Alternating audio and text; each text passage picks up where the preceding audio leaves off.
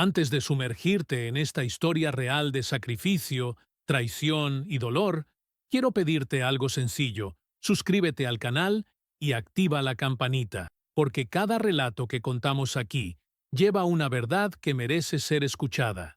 Y mientras escuchas mi voz, escribe en los comentarios desde dónde nos acompaña. Quiero saber hasta dónde llega esta historia. El sonido metálico de la reja cerrándose detrás de mí aún resuena en mis oídos. Ese portazo fue la sentencia más fría que recibí en mi vida, más dura incluso que las palabras del juez o el silencio de mi madre cuando todo salió a la luz. Nunca imaginé que la mano que me empujaría hacia esa celda sería la de mi mejor amigo de infancia, el mismo que compartió conmigo el pan duro en la primaria y los sueños de cruzar un día hacia el norte buscando algo mejor.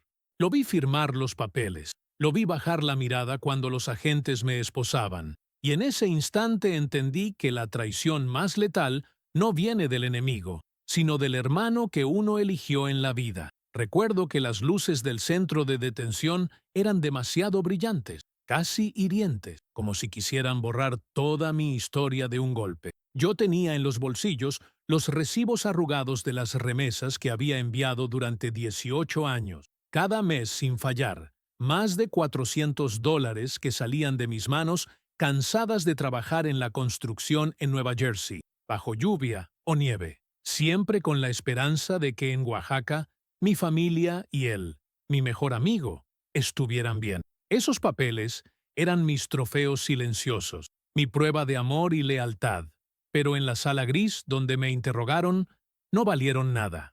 Me dolía el cuerpo, pero más me dolía el recuerdo, porque todo comenzó con un pacto de sangre cuando teníamos apenas 11 años. Estábamos sentados en el río, con los pies metidos en el agua fría, y él me dijo, si algún día logras irte, mándame aunque sea para comprar pan. Yo siempre voy a cuidarte la espalda. Yo lo miré con la seriedad de un niño que cree en las promesas eternas y le respondí, y si algún día tú necesitas huir, yo te escondo en mi casa, aunque vengan los soldados. Nunca pensé que 18 años después, esas palabras se pudrirían como hojas olvidadas en un charco.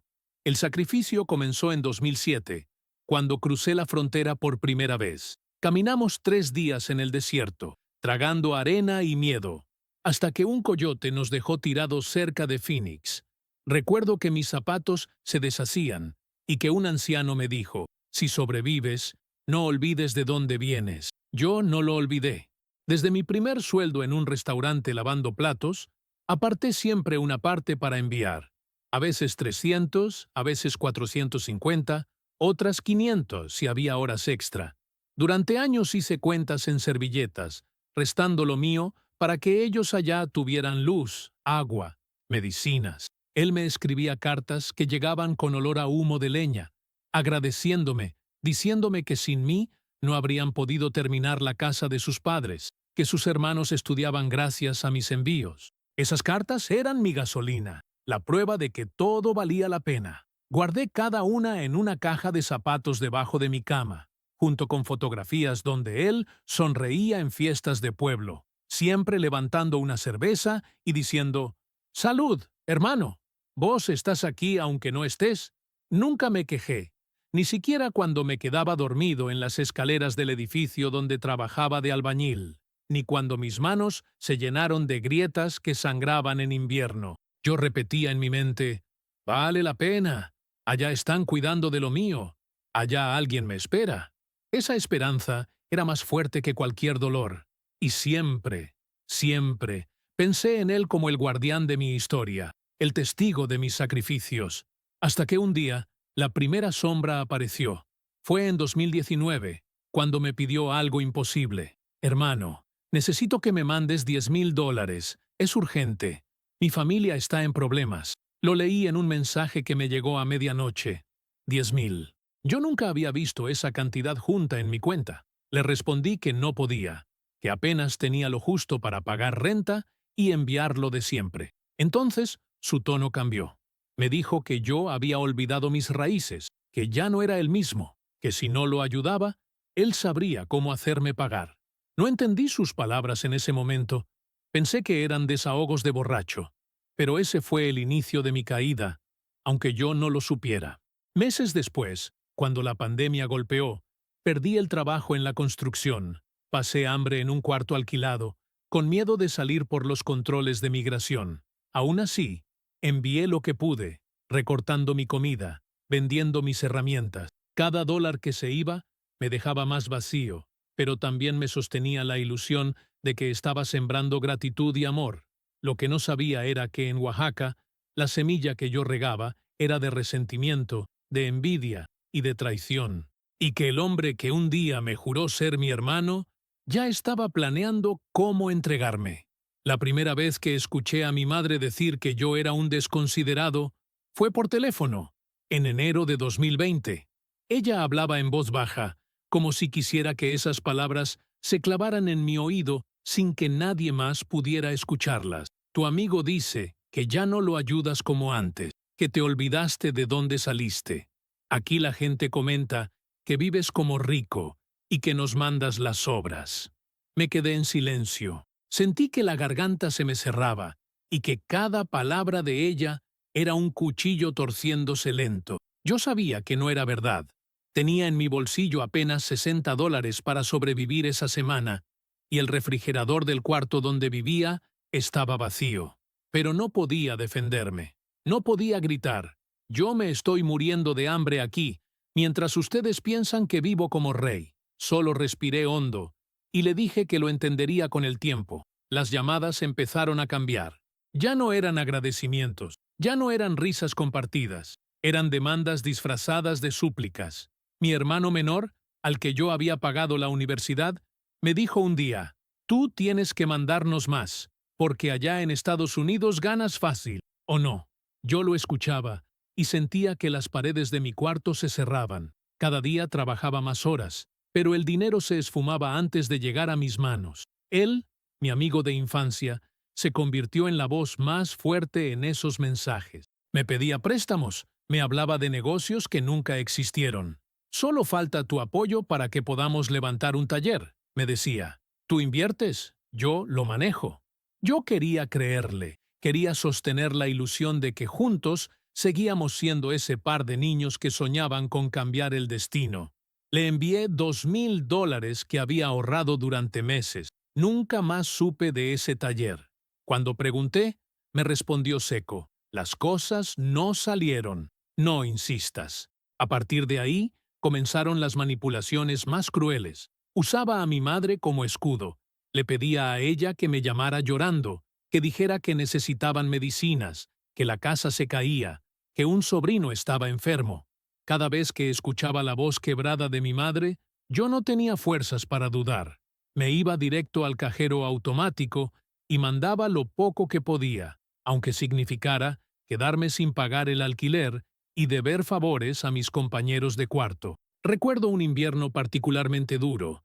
En 2021, trabajaba en un edificio en construcción en Newark. Nevaba tanto que las botas se me congelaban y mis manos se agrietaban bajo los guantes mojados. En ese frío insoportable recibí un mensaje: si no mandas 5,000 esta semana, no te consideramos más parte de la familia. Lo leí una y otra vez, con la piel erizada no por el clima, sino por el golpe en el pecho. ¿Cómo podían borrarme de mi propia sangre después de todo lo que hice? Intenté ignorar esas palabras, pero el eco me seguía hasta en los sueños. Lo peor era que cada vez que hablaba con mi madre, ella repetía lo mismo que él le decía. Mi propia familia se convirtió en una grabadora de sus exigencias. Yo ya no distinguía qué venía de ellos y qué era manipulación suya. Lo único que sabía era que cada mes me sentía más hundido, más solo, más atrapado. Un día, desesperado, llamé directamente a mi madre y le pregunté con lágrimas en los ojos: ¿tú crees de verdad que yo vivo bien aquí? ¿Tú crees que soy un rico que guarda el dinero mientras ustedes sufren? Hubo un silencio largo al otro lado de la línea. Después ella dijo: es lo que escuchamos. Y si no fuera cierto, ¿por qué tu amigo tendría que inventarlo? Esa frase me partió el alma, porque en ese instante comprendí que mi mejor amigo de infancia, aquel que juró cuidarme la espalda, ya había envenenado mi casa, mi sangre, mi raíz, No eran solo pedidos imposibles de dinero, era un trabajo lento de desgaste emocional, de hacerme sentir culpable por no poder dar más, por no poder llenar un pozo sin fondo. Cada llamada era una trampa. Cada mensaje era un recordatorio de que nunca sería suficiente. Y yo, en mi ingenuidad, seguía creyendo que si aguantaba un poco más, si enviaba un poco más, todo volvería a ser como antes. Pero la mentira crecía como una sombra, y tarde o temprano iba a mostrar su verdadero rostro. La mentira no cayó de golpe como un rayo, sino que se fue revelando en pedazos, como si alguien arrancara lentamente las tablas del suelo bajo mis pies. Fue en 2022, una tarde cualquiera, cuando un primo lejano me escribió por Facebook. Él no solía hablar conmigo. Apenas nos habíamos visto de niños, pero su mensaje fue corto y directo. Oye, ¿es cierto que mandaste tanto dinero para la tienda de don Ernesto? Aquí dicen que tú lo pagaste todo. Me quedé helado. Yo nunca había oído hablar de esa tienda. Le respondí con cuidado, preguntando de qué me hablaba. Entonces él me mandó una foto. En la imagen aparecía mi mejor amigo de infancia, sonriendo, cortando un listón rojo frente a un local nuevo. Detrás, un letrero grande decía, «Abarrotes el camino». Había gente aplaudiendo, música de banda, cerveza en vasos de plástico. Y ahí, en primera fila, estaba mi madre, con una sonrisa orgullosa, como si todo aquello fuera un logro familiar. Yo miraba la foto con las manos temblando, reconociendo el suelo de cemento, las sillas plegables, las caras de conocidos del barrio. La inauguración había sido grande, con fiesta y todo. Y yo había trabajado casi 2 años extra para enviarle dinero a él bajo la promesa de que era para medicinas, para reparar la casa, para emergencia. Sentí que la cabeza me daba vueltas.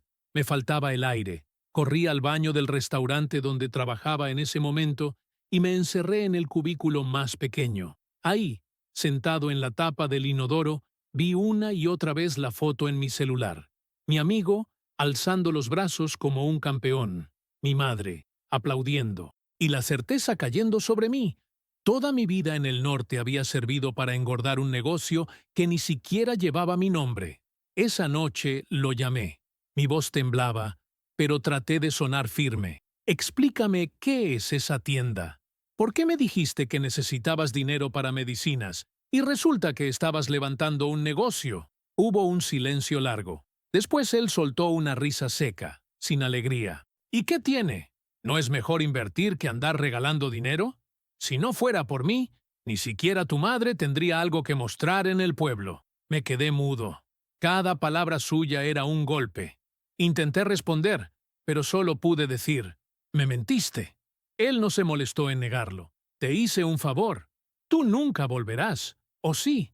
Allá eres un ilegal. Aquí al menos alguien da la cara por vos». Sentí que el estómago se me encogía. Quise gritar, pero lo único que logré fue colgarle el teléfono con las manos sudadas. Los días siguientes fueron una tortura.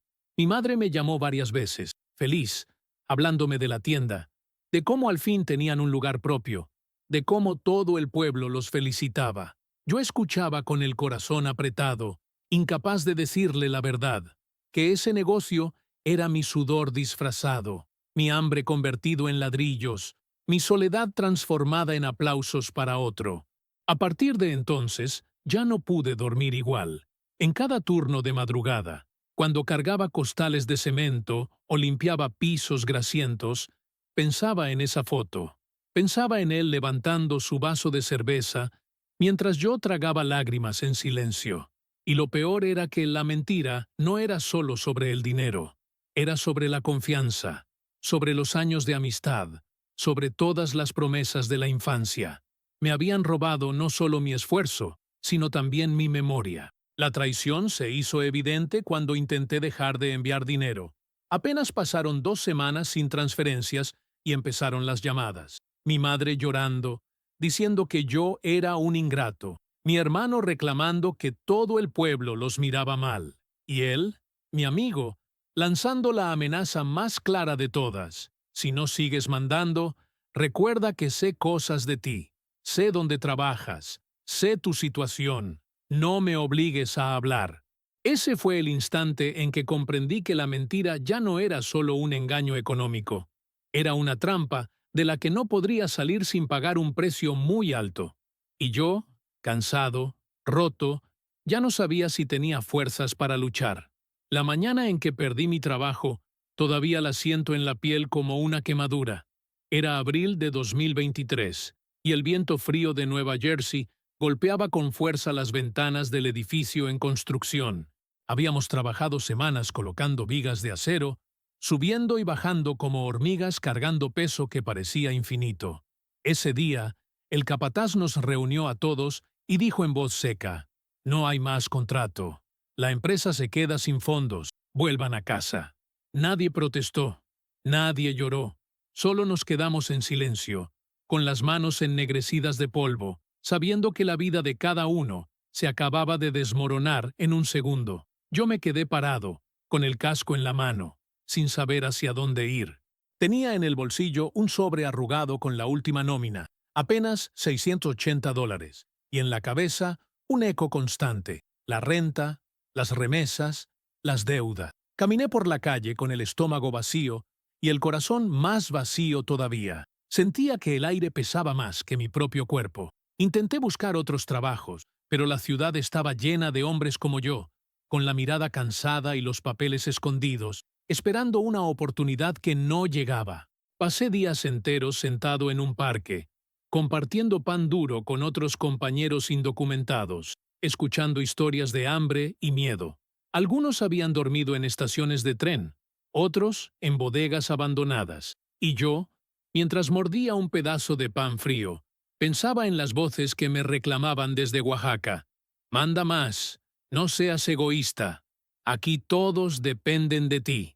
El dinero se fue acabando. Vendí mis herramientas, las mismas que habían sido extensión de mis manos durante tantos años: un martillo, una caja de clavos, una cinta métrica. Todo por unos billetes que duraron apenas una semana. Dormía con la ropa puesta porque la calefacción del cuarto no funcionaba, y me tapaba con 2 chaquetas viejas que olían a sudor y humedad. A veces me despertaba en la madrugada con el sonido de mi propio estómago vacío, y me quedaba mirando el techo, pensando en qué momento mi vida se había convertido en una condena sin barrotes. Fue entonces cuando el miedo real comenzó. En cada esquina veía camionetas oscuras que parecían seguirme. En cada golpe de puerta creía escuchar la palabra inmigración. Mis amigos me decían que no saliera mucho, que había redadas en varios barrios, y yo me escondía, caminando solo por calles donde las luces eran escasas, como si pudiera desaparecer entre las sombras, pero no pude desaparecer. Una tarde, mientras esperaba en la fila de un supermercado para pagar un paquete de arroz, sentí una mano firme en mi hombro. Me giré y vi a 2 hombres altos, con chalecos oscuros y placas que brillaban bajo la luz fluorescente. «Daniel Santiago», dijo uno de ellos, con voz segura, como si estuviera leyendo mi nombre de una lista. Sentí que la sangre se me congelaba. Apenas pude responder cuando me mostraron una orden con mi foto, mi dirección escrita a mano y las letras que más temía: Departamento de Inmigración. En ese instante, todo encajó en mi cabeza como un rompecabezas cruel. Solo una persona podía haber dado esa información. Solo alguien que conocía mis datos, mis horarios, mis movimientos, mi mejor amigo de infancia. El mismo que había recibido cada dólar que yo me negaba a gastar en mí mismo. El que había bebido de mi sacrificio durante 18 años. No tuve tiempo de escapar. Las esposas frías cerraron mis muñecas y el sonido del metal me partió el alma. La gente en la fila me miraba en silencio, algunos con lástima, otros con desprecio. Yo no levanté la cabeza. Solo caminé con los agentes hacia la camioneta, con el corazón golpeando fuerte y la certeza de que mi vida estaba a punto de entrar en el túnel más oscuro de todos. El sonido de la puerta metálica cerrándose detrás de mí fue como un disparo en la cabeza. La celda olía a humedad, a sudor viejo y a miedo acumulado. Había un banco de concreto pegado a la pared y un colchón tan delgado que apenas separaba mi espalda del frío del piso. Me senté ahí con las manos aún marcadas por las esposas y sentí que el mundo se había encogido a esos 4 muros grises. La primera noche no dormí. Escuchaba los pasos de los guardias arrastrándose por el pasillo, el murmullo de otros detenidos que lloraban o rezaban en idiomas distintos. Algunos gritaban nombres de familiares, otros golpeaban la pared como si pudieran derribarla con las manos desnudas. Yo solo me quedé en silencio, mirando el techo, recordando cada ladrillo que había cargado, cada dólar que había enviado, cada llamada, que ahora entendía como una cadena que me ataba a esta condena. A la mañana siguiente nos formaron en fila para desayunar. Nos dieron una bandeja de plástico con un pan duro, un huevo frío y un vaso de leche aguada. Lo miré sin hambre. Mis tripas estaban vacías, pero la rabia era más grande que el apetito. Al lado mío, un hondureño me preguntó en voz baja, ¿quién te entregó? No respondí. No tenía fuerzas para decir que había sido mi mejor amigo, que la persona a la que confié mi vida había vendido mi libertad por un motivo que aún desconocía. La primera audiencia llegó rápido. Me subieron a una camioneta con otros 10 hombres, todos esposados de pies y manos, como si fuéramos criminales peligrosos. El motor rugía, y cada bache en la carretera me golpeaba el cuerpo entero. Miraba por la ventanilla enrejada y veía la ciudad pasar, las calles donde había trabajado, los edificios que ayudé a construir, la gente caminando sin saber que ahí dentro iba yo, rumbo a escuchar un juez decidir si merecía seguir viviendo en este país o ser arrancado de raíz. La sala de la corte era helada, un aire acondicionado zumbaba como una máquina que no descansa nunca. Había un hombre con traje al otro lado, el abogado del gobierno, que me miraba como si yo fuera un número más en una carpeta. Cuando dijeron mi nombre, me levanté con las rodillas temblando. Frente a mí estaba el juez, un hombre mayor de rostro severo. Me preguntaron si tenía abogado. Bajé la mirada y dije que no. ¿Cómo iba a tenerlo si apenas me alcanzaba para sobrevivir? El intérprete tradujo mis palabras al inglés, y el juez suspiró, anotando algo en sus papeles. El abogado del gobierno habló de mí como si fuera un fantasma. Dijo que yo había violado la ley al quedarme más del tiempo permitido, que era una carga para el sistema, que no tenía lazos legítimos en este país. Cada palabra era un martillo en mi cabeza. Yo quería gritar que había trabajado hasta sangrar, que había pagado impuestos con nombres prestados, que había enviado dinero para que otros vivieran dignamente, pero mi voz se ahogó en la garganta. Cuando el juez anunció que mi caso quedaba pendiente para otra audiencia, sentí una falsa esperanza. Tenía unos días más, tal vez semanas, para demostrar que mi vida valía algo, pero en el fondo ya sabía que el destino estaba escrito, porque lo peor no era el sistema. Lo peor era que alguien a quien yo llamaba hermano había puesto la primera piedra de esta desgracia. De regreso al centro de detención, me miré en el reflejo sucio de una ventana y apenas me reconocí. Ojeras profundas, barba descuidada, ojos vacíos. Pensé en mi madre, en si alguna vez se enteraría de la verdad, en si sabría que la tienda de mi amigo se levantó sobre mi condena. Y pensé también en la última amenaza que me hizo él antes de que todo estallara. Si no me das lo que pido, sabré cómo hacerte caer. Esa frase sonaba ahora como una profecía cumplida. El día de la segunda audiencia amaneció con un cielo gris, pesado, como si hasta el clima supiera lo que iba a suceder. Nos despertaron a las 5 de la mañana, con gritos secos y el sonido de llaves golpeando el metal. Nos hicieron formar en fila y subir de nuevo a la camioneta, esposados, con los tobillos encadenados. El trayecto hacia la corte me pareció más largo que nunca. Cada semáforo era una eternidad, cada curva, una tortura. Cuando entré en la sala, sentí un escalofrío recorrerme la espalda. El juez estaba ahí, con el mismo gesto severo.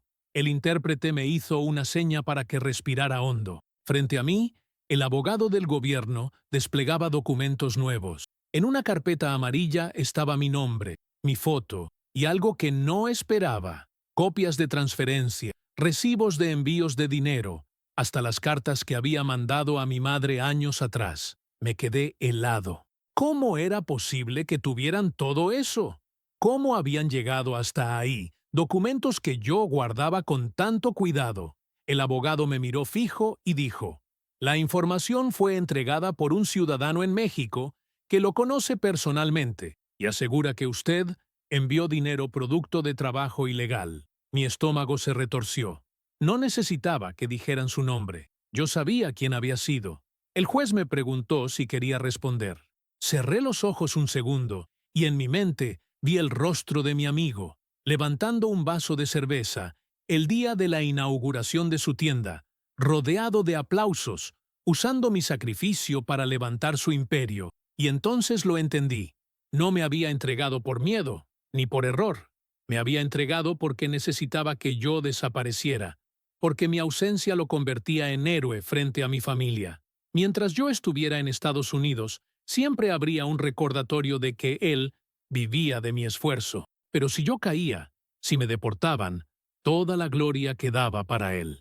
Esa revelación me partió el alma más que las esposas en las muñecas. Recordé nuestras tardes de niños, compartiendo un bolillo duro en la plaza, riendo de nada, prometiendo nunca traicionarnos. Y ahora, allí, lo veía como un extraño, un hombre capaz de vender mi vida por un aplauso barato y por el poder de decir en el pueblo que él había logrado lo que yo no.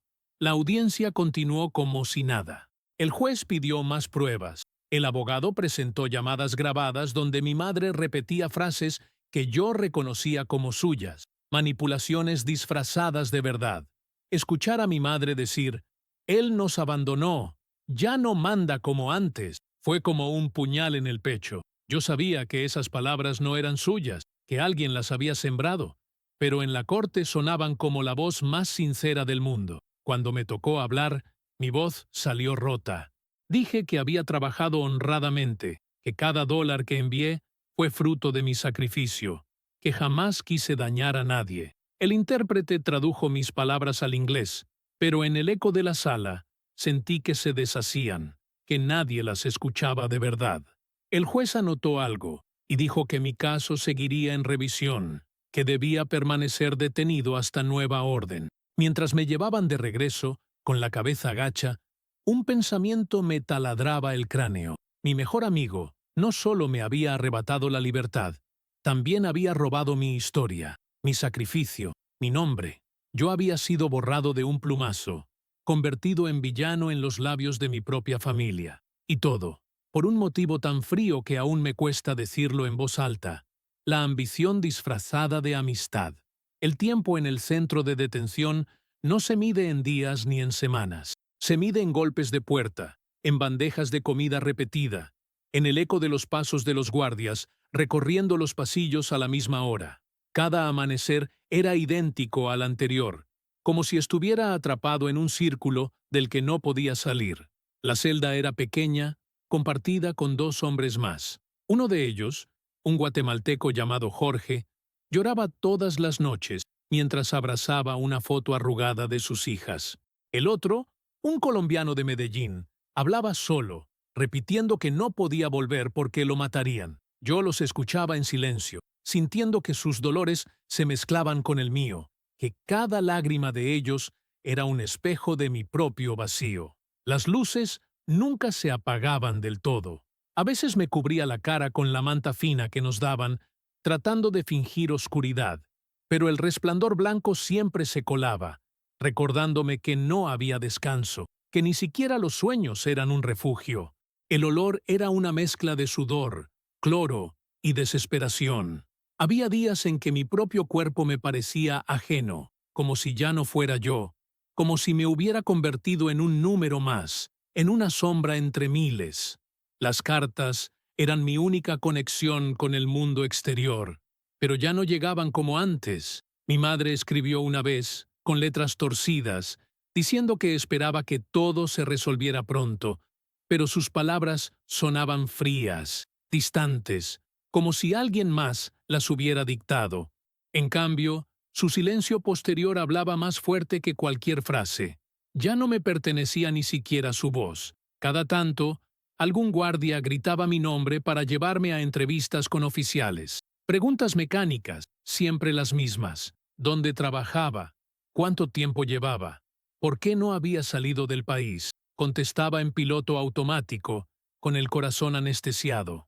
La peor parte era escuchar sus bolígrafos rasgar el papel, anotando datos que decidirían mi destino sin mirar mi rostro. En los ratos libres, caminaba en círculos en el patio cercado con alambre de púas, miraba el cielo azul y recordaba los días en que trabajaba bajo el sol, cargando ladrillos, soñando con que mi esfuerzo tenía sentido. Ahora, cada nube parecía burlarse de mí, recordándome que afuera seguía existiendo un mundo al que yo ya no pertenecía. El aislamiento no era solo físico, era emocional. Empecé a dudar de mí mismo, a preguntarme si de verdad había hecho todo bien. ¿Y si ellos tenían razón? ¿Y si mi sacrificio no era suficiente? ¿Y si yo había sido ingenuo, creyendo que enviar dinero bastaba para mantener un lazo que ya estaba roto desde hacía años? Esas preguntas eran como cuchillos invisibles que me desgarraban por dentro más que cualquier sentencia. Una noche, Jorge me dijo en voz baja, ¿sabes qué duele más que la deportación?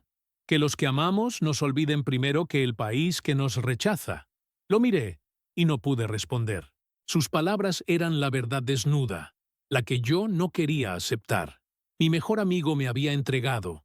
Mi madre repetía frases que no eran suyas, y yo me quedaba con las manos vacías, atrapado en un limbo donde ni el norte ni el sur me reconocían.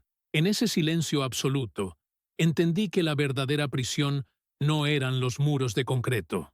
Era la traición que me había dejado sin raíces, sin identidad, sin voz. El día de la audiencia final amaneció con un silencio extraño en el centro de detención. Los guardias entraron al dormitorio más temprano que de costumbre, gritaron mi nombre y me hicieron poner de pie. Mis piernas temblaban, no por el frío, sino porque sabía que ese día marcaría mi destino. No había segunda oportunidad. O me quedaba, o me arrancaban de este país para siempre. En la camioneta que nos llevó a la corte, nadie hablaba. Éramos 6 hombres encadenados, cada uno hundido en su propio miedo. Miraba por la ventanilla enrejada y reconocía calles por las que había caminado libre, avenidas donde había cargado costales de cemento, esquinas donde había esperado un bus con la esperanza de llegar a tiempo al trabajo. Ahora esas mismas calles me parecían ajenas, como si fueran parte de un sueño que ya no me pertenecía. La sala estaba llena. El juez en el centro, el abogado del gobierno con una carpeta aún más gruesa que la vez anterior. Yo me senté frente a ellos con el corazón golpeando tan fuerte que pensé que se escucharía en toda la sala. El intérprete me hizo una seña para tranquilizarme, pero era inútil. Sentía que estaba frente a un paredón invisible. El abogado comenzó a hablar. Presentó pruebas nuevas, extractos bancarios, mensajes de texto, incluso grabaciones de llamadas. Reconocí mi voz, quebrada, pidiendo tiempo, explicando que no tenía más dinero para enviar. Y reconocí la voz de mi amigo, fría, calculadora, hablando con tono de víctima. Él se olvidó de nosotros, nos prometió apoyo, y ahora nos da la espalda. Vive ilegal, manda dinero de trabajos sucios y se burla de su familia. Cada palabra era como veneno. Quise levantarme, gritar que era mentira, que mi sudor nunca fue sucio, que cada dólar que envié estaba manchado de esfuerzo, no de crimen. Pero el juez me pidió silencio con un gesto de la mano. El abogado terminó diciendo, su permanencia en este país no solo es ilegal, es también un riesgo moral. Esa frase me cayó como un balde de agua helada. Me habían despojado de mi dignidad. Cuando llegó mi turno, apenas pude articular palabras. Conté mi historia desde el inicio. Hablé de los años trabajando de sol a sol, de las remesas que mantenían viva a mi familia, de las cartas de agradecimiento, que ahora parecían cenizas. Mi voz se quebró cuando dije, el que me acusa fue mi hermano del alma. Yo lo alimenté con mi vida, y él me entregó para quedarse con mi lugar. El intérprete tradujo, y el juez me miró largo rato, con un gesto que no supe descifrar. Y entonces ocurrió lo inesperado. Entre los documentos que el abogado presentó, había un error. Una de las grabaciones estaba fechada en un día en que yo ya estaba detenido. Eso demostraba que habían manipulado pruebas, que alguien había fabricado parte de la historia para hundirme más rápido. El juez levantó la vista, frunció el ceño y pidió explicaciones. El abogado balbuceó, buscó papeles, pero no pudo justificarlo. Ese pequeño detalle no me declaró inocente, pero sembró una duda. El juez dijo que necesitaba más tiempo para revisar el caso. Ordenó una prórroga, algo que en mi situación era casi un milagro. Me devolvieron al centro de detención, pero con una chispa encendida dentro del pecho. Por primera vez en meses, sentí que tal vez no todo estaba perdido, que la traición de mi amigo no sería el último capítulo de mi vida. Esa noche, en la celda, recé como no lo hacía desde niño. No pedí dinero, no pedí venganza, solo pedí fuerza.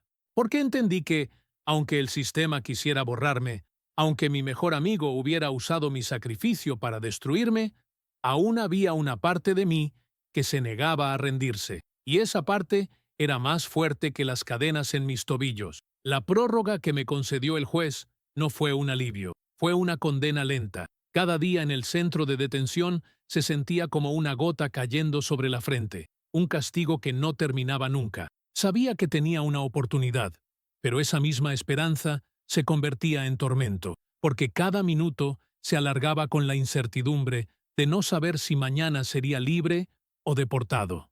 Pasaban las semanas, y el silencio de mi familia se volvía más pesado que las rejas. Al principio esperaba cartas, llamadas, alguna señal, pero nada llegaba. La última carta de mi madre estaba guardada en el bolsillo interior de mi uniforme naranja. La leía cada noche, aunque me doliera. Decía: «Tu amigo nos ha ayudado mucho mientras tú no estás. No lo juzgues. Él siempre está aquí para nosotros». Esas palabras me atravesaban como un cuchillo torcido. ¿Cómo podía ser que ella, la mujer que me dio la vida, creyera más en él que en mí? Un día, Jorge, mi compañero de celda, recibió una visita. Volvió llorando, pero con los ojos brillantes, porque al menos alguien había estado allí, preguntando por él. Yo, en cambio, no recibía a nadie. Nadie venía a verme. Nadie preguntaba por mí.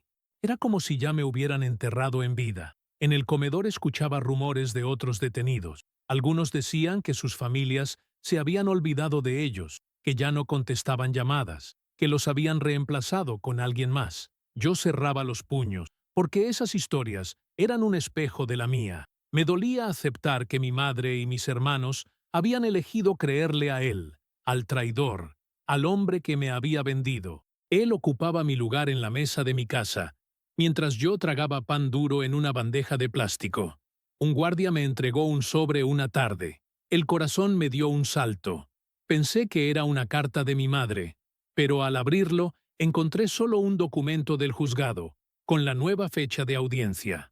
Ninguna palabra de aliento, ningún mensaje personal, solo papeles fríos que decidían mi vida.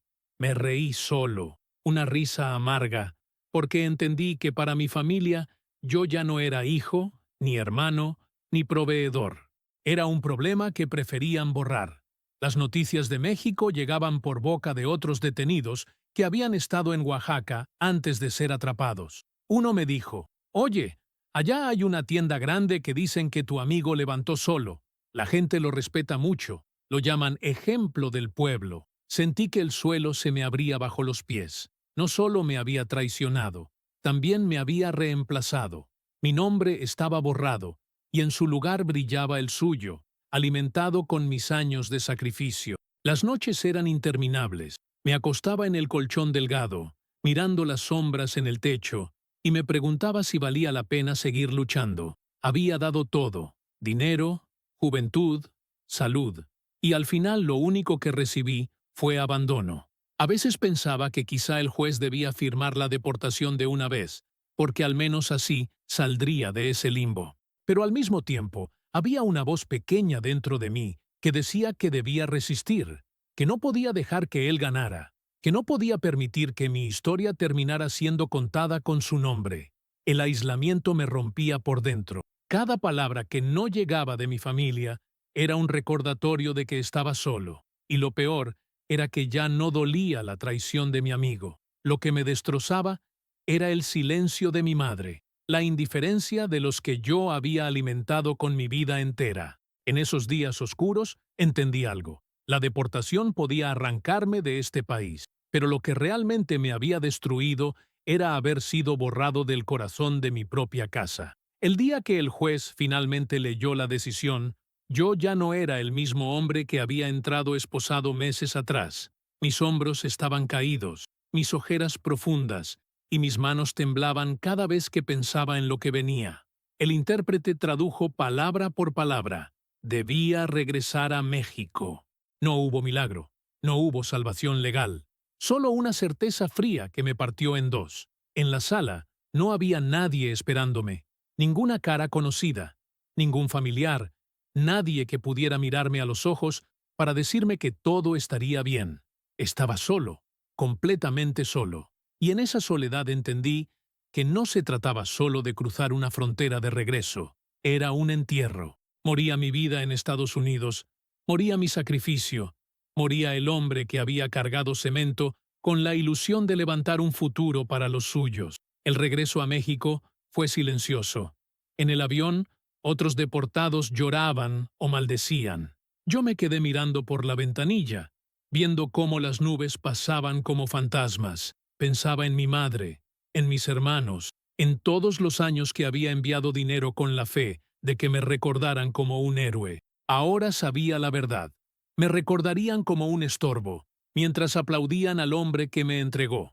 Cuando pisé de nuevo el suelo de Oaxaca, el aire me supo distinto, más pesado, más áspero. Caminé por calles que conocía de memoria, pero en las que ya no pertenecía.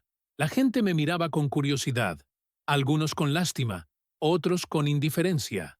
Al llegar a la plaza, vi la tienda iluminada, llena de gente, con el nombre de mi amigo en grande. Allí estaba él, sonriente, repartiendo saludos, como si fuera el dueño no solo de ese negocio, sino de toda la historia. No entré, no lo enfrenté, solo lo observé desde lejos, con el corazón en pedazos, porque entendí que no había nada que reclamar. Él ya había ganado la batalla de la apariencia. Ante el pueblo, era el hombre que había levantado todo. Yo era el que había desaparecido, el que había caído. Me fui caminando hacia las afueras del pueblo, con las manos vacías y el alma rota. Pero en ese camino, algo dentro de mí cambió. Comprendí que aunque me habían traicionado, aunque me habían borrado de mi propia familia, aún tenía lo único que nadie podía arrebatarme, mi verdad. Esa verdad que quemaba en mi pecho y que algún día debía contar, para que el mundo supiera que detrás de cada tienda, de cada ladrillo, de cada sonrisa en las fotos, había un hombre que sangró en silencio. Hoy, al recordar todo, no siento odio. Siento un dolor profundo, sí, pero también una claridad que nunca tuve. Entendí que el sacrificio ciego puede ser usado como arma contra uno mismo, que la confianza, cuando se entrega sin límites, puede volverse una cadena, y que la verdadera fuerza no está en lo que das a los demás, sino en no dejar que te destruyan cuando todo se derrumba. Mi mejor amigo de infancia me entregó después de 18 años. Lo hizo por ambición, por poder, por ocupar un lugar que nunca le perteneció. Su motivo me heló la sangre, porque me mostró que el enemigo más peligroso no es el que te enfrenta, sino el que sonríe a tu lado mientras te clava el cuchillo. Y aunque hoy camino con cicatrices que nadie ve, sé que mi historia no terminó en esas rejas ni en ese avión. Mi historia continúa en cada palabra que pronuncio, en cada recuerdo que comparto, porque aunque intentaron borrarme, sigo aquí, respirando, con la verdad ardiendo en mi pecho, como la única herencia que nadie podrá arrebatarme jamás.